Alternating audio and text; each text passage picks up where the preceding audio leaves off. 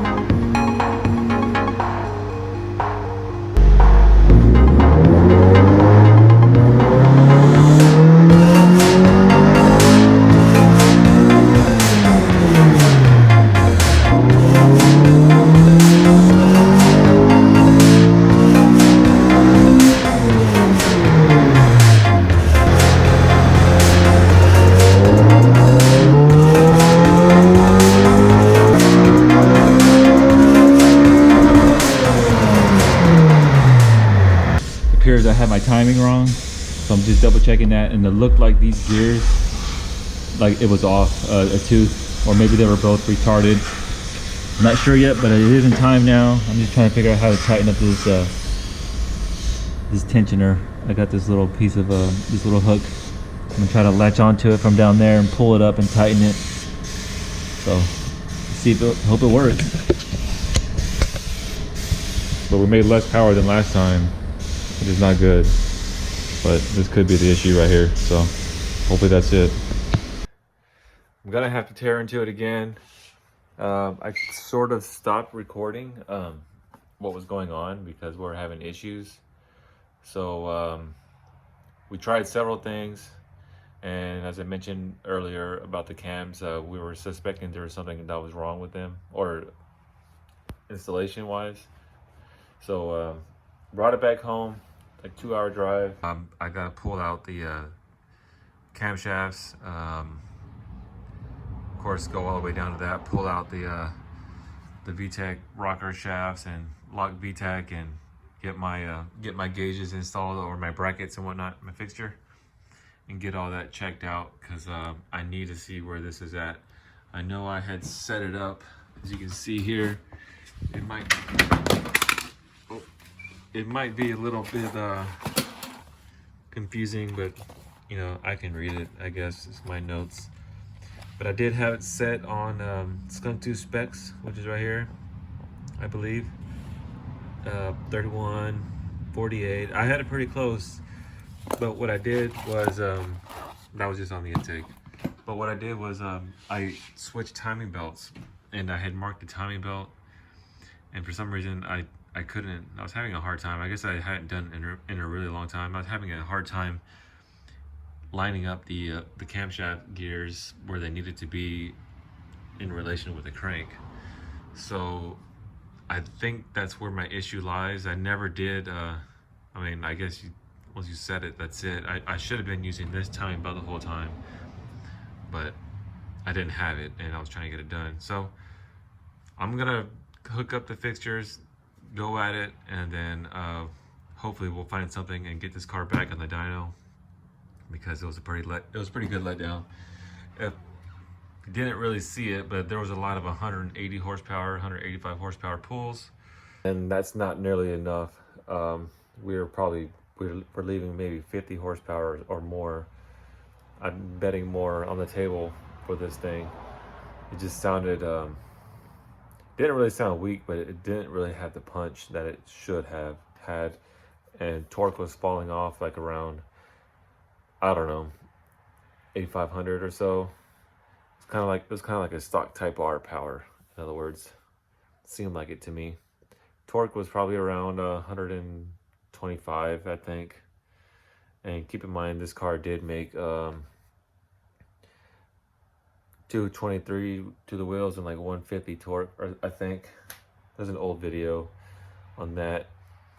But anyway, this thing should have made a lot more power. So we're gonna get down to the bottom of it, and I'll keep you updated. So here we go, we're gonna tear into it. No time lapse or anything. I'm just gonna get into it, so you'll see it whenever I see it. Okay, got the cams off and all the cam caps and stuff. Didn't see anything wrong with the valve train. There was no metal, no scoring or nothing like that with the cams so far. So that's good. I mean, unlikely that would be the problem, but that's good to know that everything is operating correctly. So right now I need to pop out these valve springs and put in my check springs, which I don't really want to do. I'm gonna try it with the head on. Never tried it like that before. I believe I'm gonna try the string method. Don't have any way of compressing that or putting compressed air into the cylinder at this moment. So I want to try it out. It works, I'm sure. So hopefully we can get it And then once we get those check springs in there, we'll put it all back together and see what we have.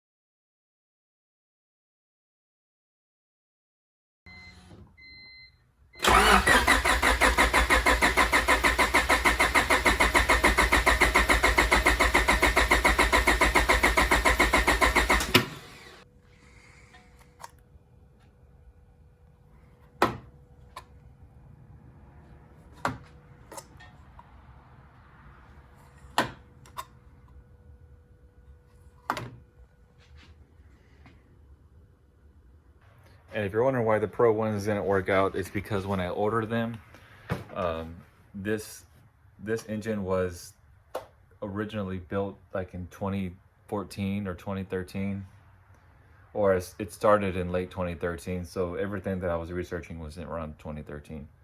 So when I ordered the cams, I was under the impression that I had told Golden Eagle, because this is a Golden Eagle block, it's built, sleeved, and all that, that I thought I had told them that I wanted 11.5-to-1 compression.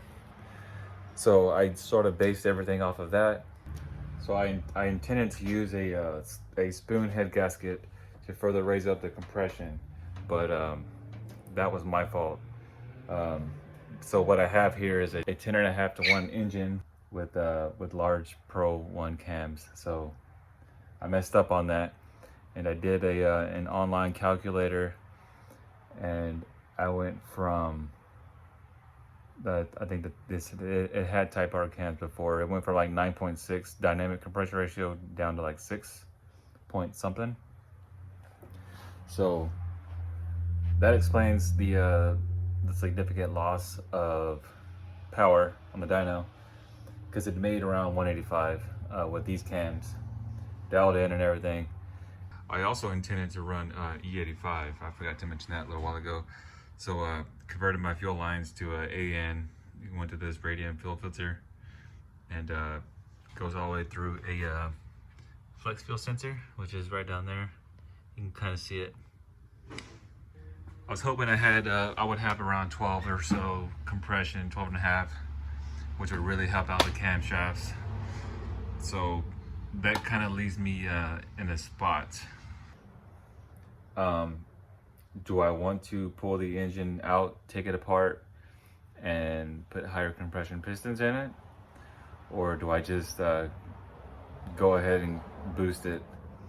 I know what everybody's gonna say, and that's probably what I'm gonna say too, because I think this one's gonna be boosted from now on, because I don't want to pull the engine out, I don't want to send it out, and I could just get tune or 2 cams, but I don't think I really want to do that. So I think I'm going to go ahead and slap a turbo on there, and all I really need is the injectors, manifold, turbo, and intercooler, wastegate. Well, I guess I need a lot. So I'm kind of looking for some parts here. So if anybody has some decent parts in really great shape, let me know. I'll be interested. I don't want anything ragged out or anything like that, so just let me know. So this is a Golden Eagle block, forged pistons, forged rods, Eagle rods, and it's already built, so I'm already almost there. So this thing could realistically make, with the rods that it has, probably like over 500, maybe 600 easily. Just kind of, that rod's gonna be holding me back. I don't feel like I need that much more power. But that's where I'm at on that. I'm just gonna kind of slowly gather parts for this. It runs, it drives, but it's just, and it's for sure down on power, because I took it for a spin the other day, and it definitely does not have the power that it used to. It doesn't, it just feels sluggish. That's the story on that. It's unfortunate, but it is what it is. I guess in a way it's kind of exciting, because we'll be boosted on this now. Hopefully it'll be a reliable build. I don't want to push anything to the max, even though the rods are gonna be pushed to the max. but we'll see how it goes. Now let's go to the next car, which is the Supra.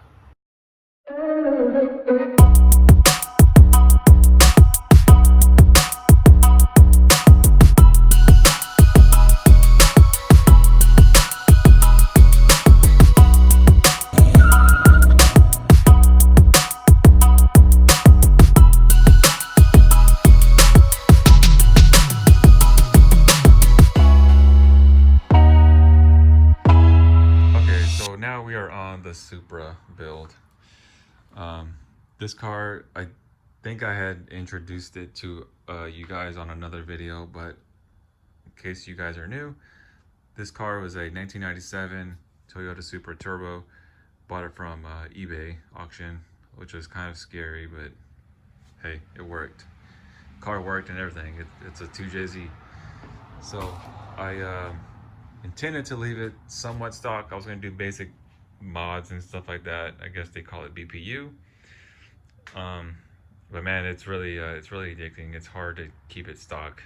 If you can, more power to you. But to tell you the truth, I think the car is kind of boring stock. So first thing I did was put the exhaust on, and there is some very old footage that I never used. I'll slap it here.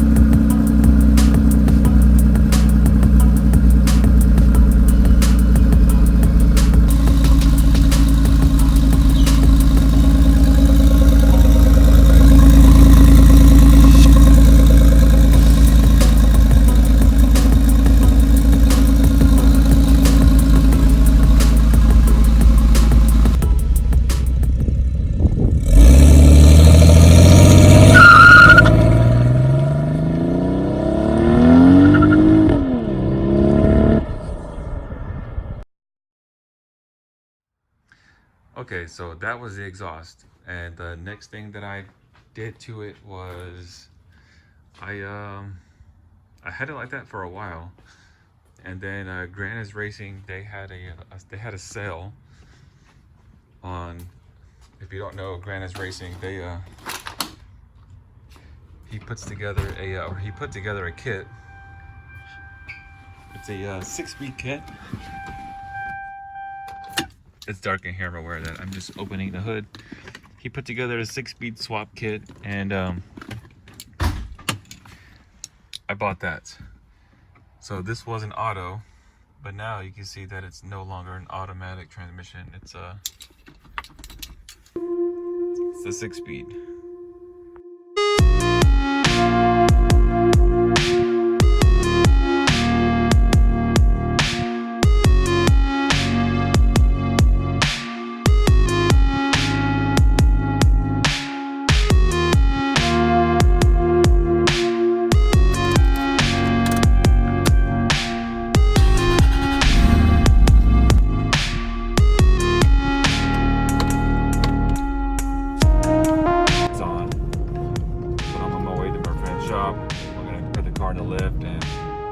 Try to get it knocked out in pretty much a weekend. Today's Saturday morning. I got up at 6:30, which is way too early for a Saturday. It's like a little bit after 7 o'clock, maybe like 7:30. Just trying to get this car fun to drive. I'll be doing some mods here sometime after that. I'm not sure when yet exactly, but yep, I'm gonna kind of miss it, I guess. I think. I don't know.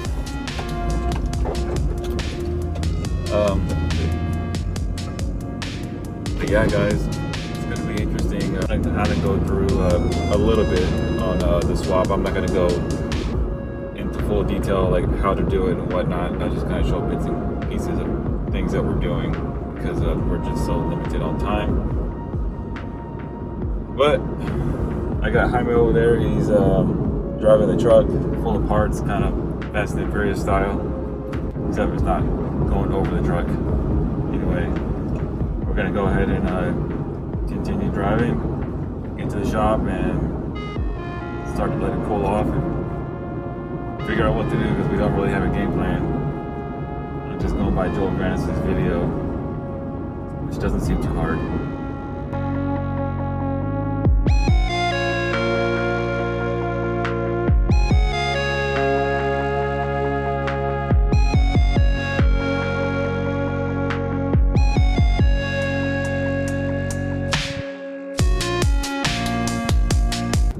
About this transmission here, it's a 4-speed.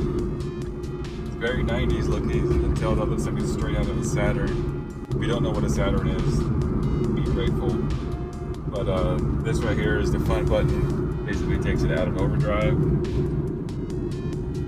then you know what that means. It's just ready to go. It feels like, but I will no longer be needing that.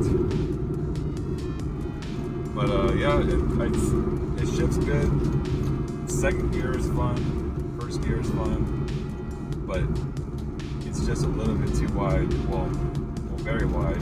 That's what I'm saying. Like if you don't have power, it's not a very fun transmission to use on a stock car.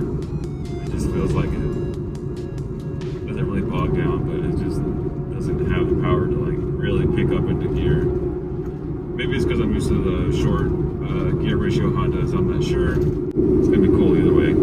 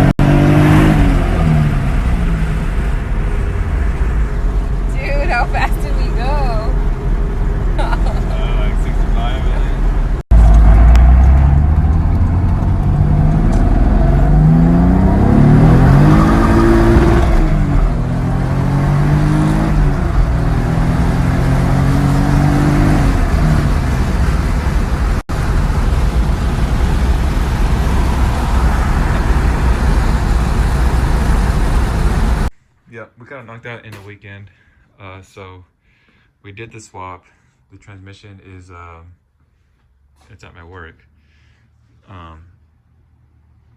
So I rocked that setup for a while. Got a boost cut controller. That's nothing to see. Just note that it's a little device that tricks the ECU, telling it does not have over a predetermined boost cut level. So I put that on there, and I put a little spring on the wastegate to help keep it closed, because apparently, I mean, I don't really have a way of proving it, but I just did it, and I think it did help. It helps keep the wastegate closed at lower boost levels to help spool the turbo up, or one of the turbos. And keep in mind, these turbos are tiny. They're probably, the inlet is literally probably like that, and that's just a hair bigger than a quarter. So I put the spring on, and that was my setup for a while. It was pretty fun. And then while we did the transmission swap, I swapped the radiator, because why not? This was actually bought from a Honda, or it was from H-Day, so that's kind of weird. It's kind of funny. Bought a Supra radiator from a Honda event. After that, I bought this kit, this air inlet kit. It looks kind of funny. I know the filter looks like it's backwards, but it's not, trust me. So I don't know if this gave me any power. Maybe it did, but it sure does sound nice now, because before it was a stock intake system. It was really quiet.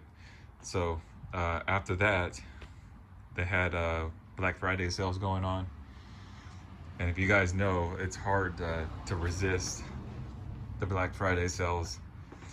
I put a ETS radiator kit on here. Actually, you can probably see it right here. Yes, right there. That's the ETS 4-inch core radiator kit. 3-inch in and out. Piping goes from there, of course, then it goes around, then back up to here. So that radiator really made a big difference. Not radiator, intercooler, sorry. So that really made a big difference. I really have consistent power now, because before, down here where I live, it's pretty warm, and in the summertime, the Supra was really holding back because of air intake temps. Stock intake, or the stock intercooler was very tiny. It was really light, which is good. This one's considerably heavier, but it was really light, and it was nice. It was a nice upgrade. I'm glad I did it.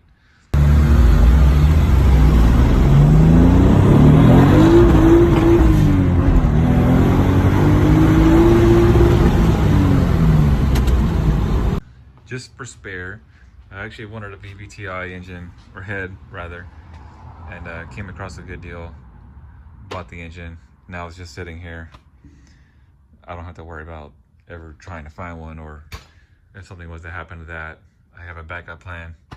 So next thing is wheels. I need wheels for this really bad. I'm aware of that. I almost bought some on Black Friday, but I think I'm gonna wear these tires out first, kind of get the use out of them. So that's kind of it with the Supra right now. I do have goals with it, and I'll have to go over that with you guys at another time. I'm gonna do my best to keep these videos going. Just trust me that I want to do them, but it's hard. Now we're on to the S2000.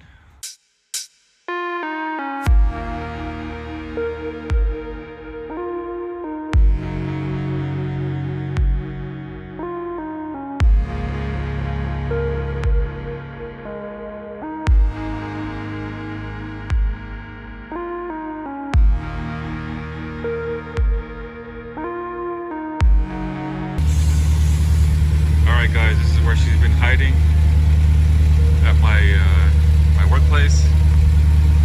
Started right up. Just warming up right now. Been here for a while.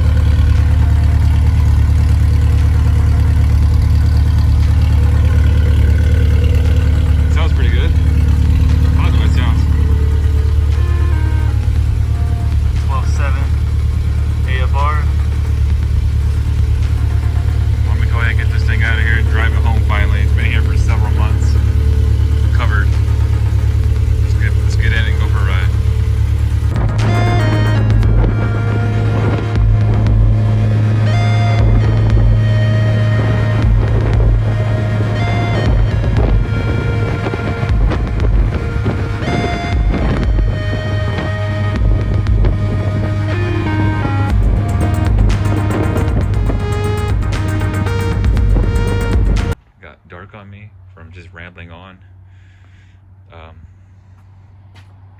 it's real dark now, sorry guys, but this car, I've been looking for a noise. It's not tuned yet or nothing.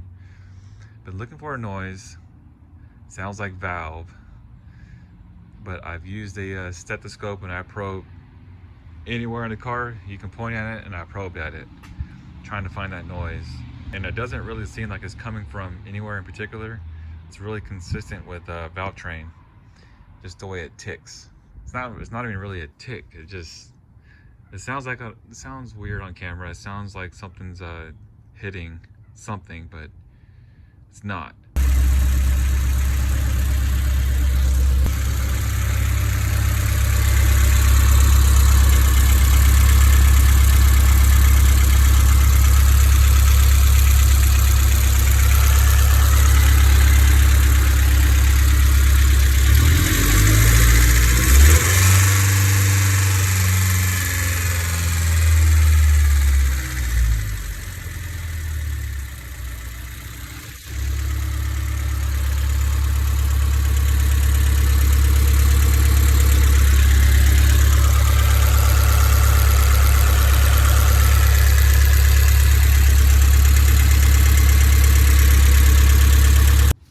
I've already notched the rocker arms more just to accommodate the vtec load being so large.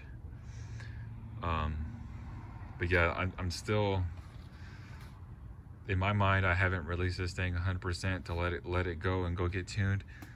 But that's why you haven't seen any update videos on this.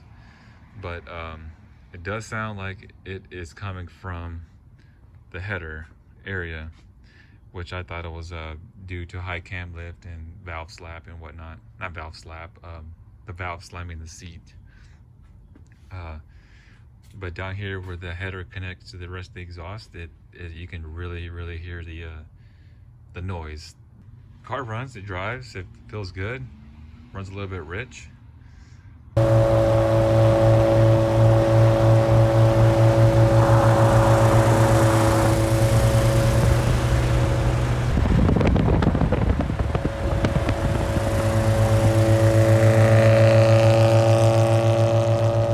Driving it. This is a Golden Eagle block also in a build, and this one is for sure like 11.5 to 1 compression. It could be tuned right now as is, but I just want to make 100% sure that it's going to be okay engine wise. I know the block is fine. It's fine, I can tell, but the noise is coming from somewhere else. And on my stethoscope, if I probe around on cylinders or on the header on cylinder number 4 and 1, I think it's 1, I can really hear that noise, louder than of course 2 and 3. This is a thin wall header, right? So I think that's where that noise is coming from. So I'm almost there. I just haven't mentally released it. Can't really explain it. I have to get over it. I'm not over it yet. But that's where I'm at on this.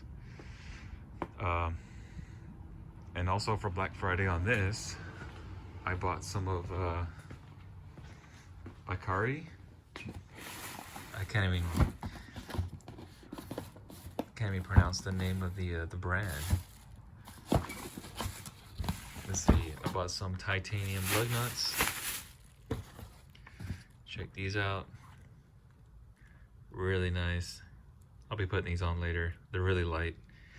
I have some aluminum ones on there now, and they're oxidizing, and it looks real ugly. On these, they have the swivel at the bottom. When you tighten it up, it doesn't damage the wheel coating at all. I can't swivel it right now, but they swivel. You can kind of see where it separates. So that's real nice. I'll be putting those on sometime, maybe tomorrow. I'm not sure. But yep, that's pretty much it. So this is my buddy's EM1. It is a original EM1, but it had a JDM or HMO engine in it, and we swapped it out with the GSR that I had. and that really helped out. We put a Honda in it, and we have a wideband in it. Redid the suspension. It was actually surprising how this thing was driving, but it was making noises in every corner, so we actually got it all fixed up. It's a solid car now. I can actually show you let me show you the engine. Spent quite a bit of time on it as well. HKS exhaust, you know, the whole thing.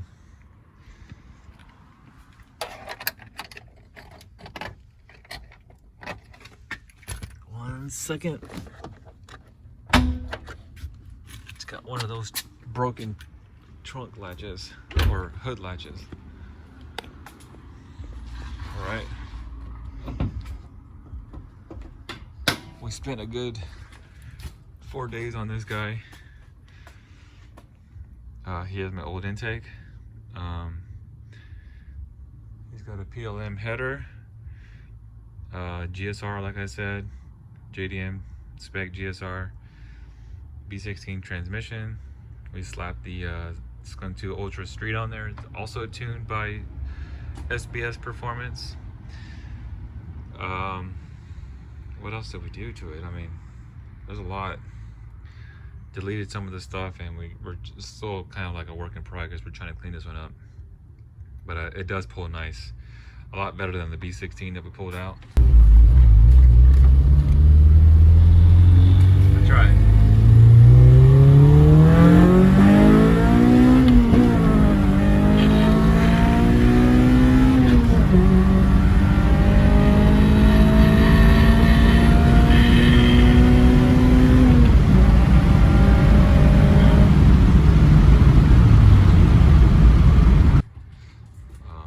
200 cc's actually does a lot. So that's that. So yep, that's it, guys. That's it for that EM1. I moved out of the way. Well, actually, we moved out of the way. We went driving around that night. You saw a little short clip on that cruise. Got the S2000 back in here, and Supra is in here, of course. But that's gonna be it. It's gonna wrap up this video. It was a long one, but it was way overdue. I know that. So thanks for watching. If you stuck all the way through, thumbs up, and give the video a like. And if I get a lot of likes, you know, if I see that you guys are enjoying it, it'll give me more motivation to pump out more videos. But it's just kind of hard sometimes. But we'll see how we do. Thanks for watching, guys. Take care, and I'll see you guys in the next one.